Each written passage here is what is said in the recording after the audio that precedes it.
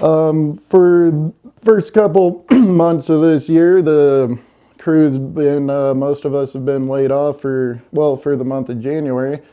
Then we got back to work on Mount Huff, building some new trail for Huff Phase 2. Going to Mount Huff right here, just outside of Quincy, and we're working on a new 5-mile loop near Four Corners. That's going to be an extension to the Chandler Trail.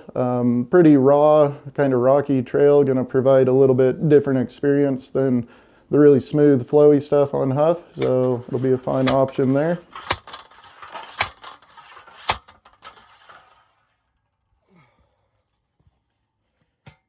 And we've also been working on our Story Trails project down here by Belden on the Highway 70 corridor and its old Story Fire footprint. Kind of our main focus on that one right now is trying to get the Ben Lomond Trail completely open back through. It runs from about 2,200 feet up to the Ben Lomond Peak at 6,400. The bottom 3 miles of it has been open and usable for a while, but there's about 2 miles in the middle that's completely overgrown and basically not passable the way it is. So we're getting that one back open. We've also been on the Chambers Creek Trail, which is similar. However, it goes to a beautiful waterfall with a pretty cool bridge.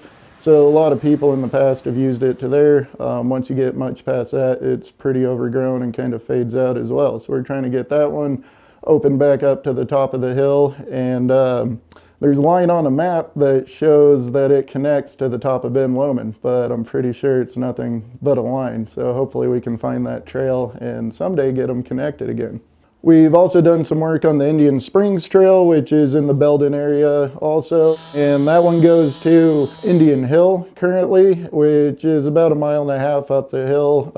Just a beautiful view, a nice overlook of the canyon. And like the other 2 trails in the canyon, it kind of fades out and disappears there. So that one is going to take some serious work to get it open and connect to anything, so we might not get that one done on this round of funding. But it does connect into the Lassen Forest, where there's other trail options to get to from there. But there again, being in that fire footprint, most of the trees aren't coming back, but the brush is about 8 feet tall, so any small old trail like that is basically gone. We've also been doing some work on the Downeyville Trail system. This winter's been extremely mellow. We had one big low snow. Other than that, the snow line's kind of been hovering around 5,000 feet. So we've done a couple rounds of log out over on the Downeyville Trail system, hitting North Yuba, Halls Ranch, Fiddle Creek Ridge, first, second, and third divide. They've all been getting traffic through the winter, and the conditions over there are great this time of year. Pretty minimal amount of traffic. You don't really see anybody else, and there's no dust. The dirt's great. Bouncing back to Mount Huff, not only have we been building some new trail on Huff, we've also been working on our OHV maintenance grant and taking advantage of the mellow winter, which is giving us just enough moisture to keep the dirt wet and allow us to smooth out some braking bumps and reshape some corners. So we've been doing that as well on Huff, and it's riding really good right now, below about 5,000 feet. But being that it's the early March, conditions change almost every day depending on what's falling out of the sky.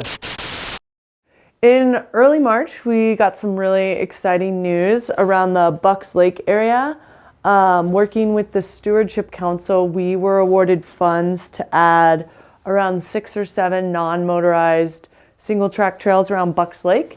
It will connect into Mill Creek and Bucks Creek Loop, creating about like a 12 to 14 mile system of beginner trails. And we're really excited that in 2021, we're going to start this process of planning and laying out these new trails for our community. So currently around Bucks Lake, there's Mill Creek Trail, which is on the north side of the lake.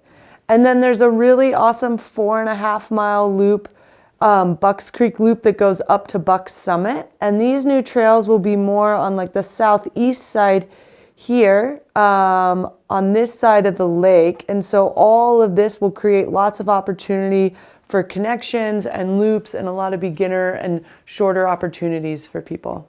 So combining Mill Creek, Bucks Creek Loop, and these new trails, there's going to be a lot of different options for users. There's going to be shorter beginner, like 1 mile, 2 mile loops, and then also longer 10 to 14 mile loops, really hoping to kind of expand and diversify the use out there around Bucks Lake.